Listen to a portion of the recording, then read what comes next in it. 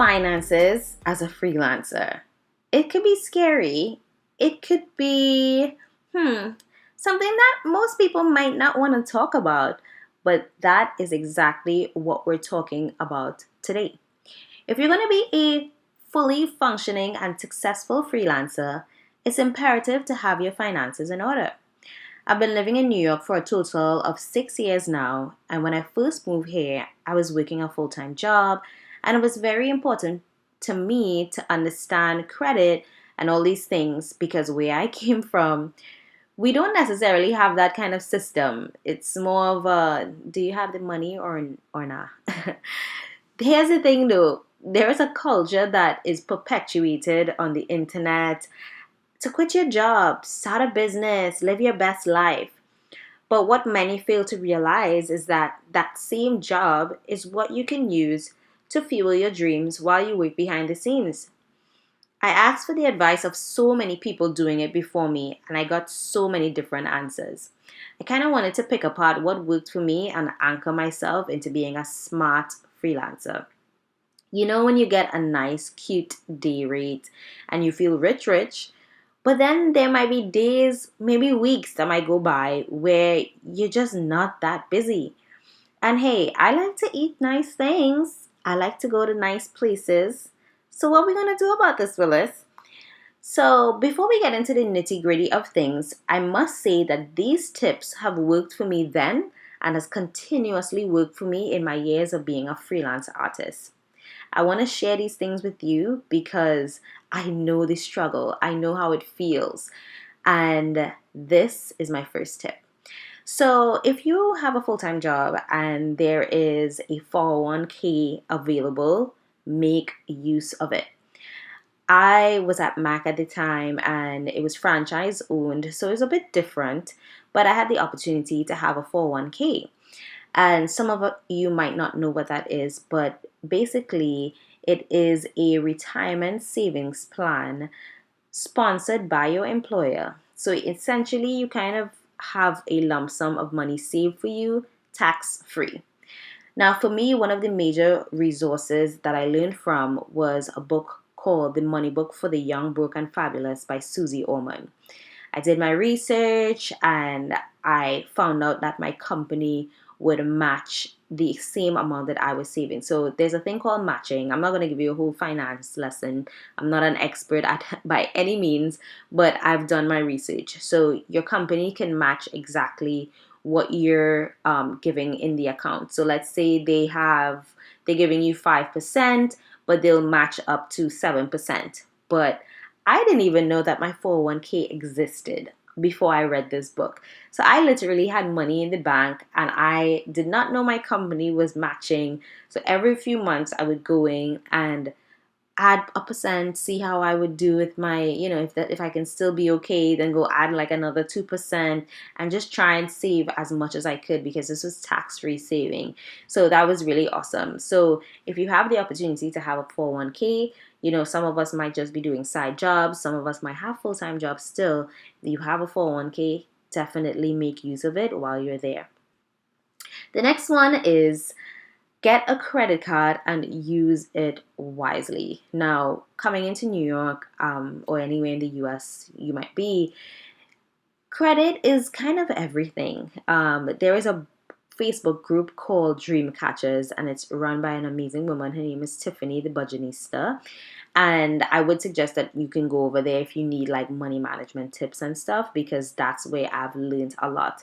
And if you have listened to the last episode, LB mentioned that, she's going on there. She's now the sole breadwinner in her household.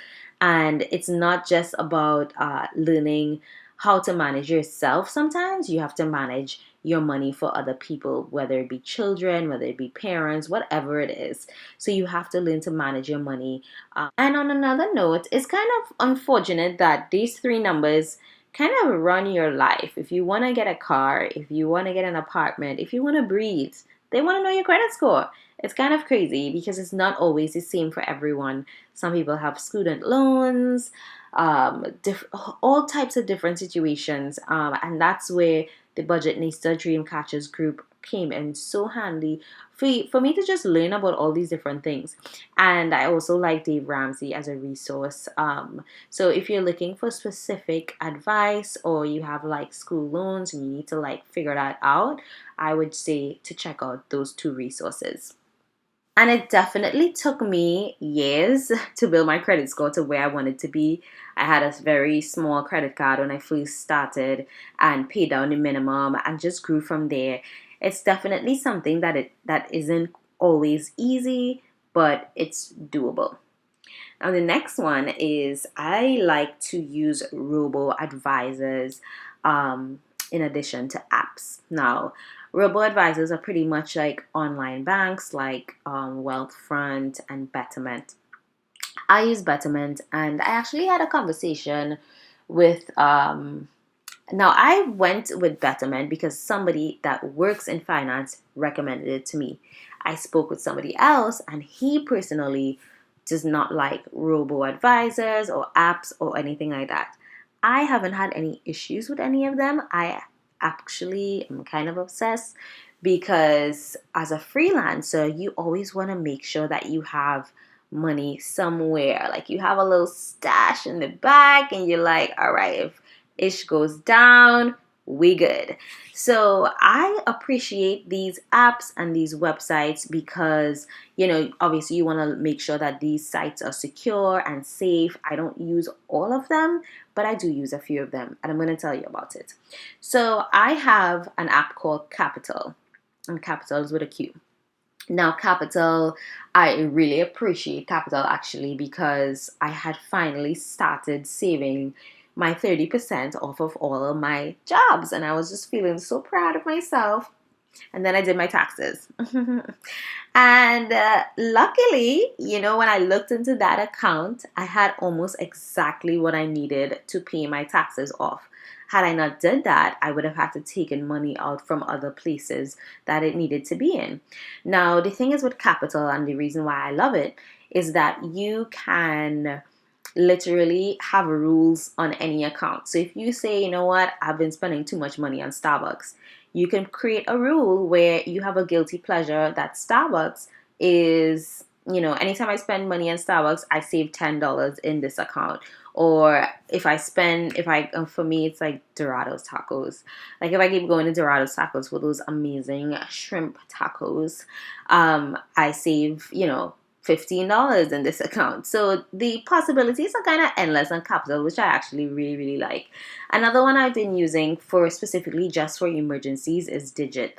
And Digit kind of mirrors what a lot of banks do. They round up and they make it easy for you to save. They don't ever take money out of your account that you don't have. So if you have $5 in your account, they're not going to take $2. They're not going to take $5. They might not take any at all. So there's balance protection and things like that. So and the best part of all of these apps is you can pause it anytime you want. So there are so many other options like Acorns, which I use, but that's kind of more of an investing app. There's a ton of others, and like I mentioned earlier, if you're looking to try and start off these apps, you can look into the Budgetnista group that I mentioned earlier. And in the show notes on the Life of a Makeup Artist website, I will be leaving links to all of these things so you can check it out when you're ready to get your life. And then you want to create a budget. Now, I think that some people think a budget is something that you have to explicitly live by every month or else it's over. And I have to disagree. I create budgets, but I don't follow them to a T. I use them more as a guideline because now that I have this budget, I know what my fixed expenses are. I know what I need for food. I know what I need for travel. I know what I need for my rent. And I think just knowing these things and knowing okay, this is the amount of money I need every month, you're going to be negotiating better. And we'll talk about that, in our next point. But you know exactly what you need to live. And if you are really bad with spending, then I would even suggest the envelope method. I've done it tons of times where, if $500 is your budget for the entire month for spending, you just keep that $500 in the envelope and you spend from there and there. only. And I've used things like that before. I actually find it kind of fun. But you can try different things and see what sticks for you.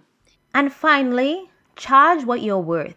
You can't expect to save, invest, and do all these great things if your rates have been the same for years. When we look at makeup companies, or any company for that fact, you'd see that the price of product goes up a little each year, and sometimes with less product in them. You have to evaluate your market. You have to know what's going on, know the cost of things. Are they reflecting in your rate, or are you operating at a loss? Your rent goes up, those brow pencils went up, so I think your rates could go up too.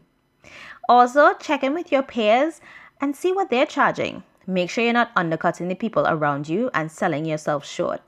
It's nice that I can always send a text to a friend and be like, hey, what do you think about this rate? Hey, what do you charge?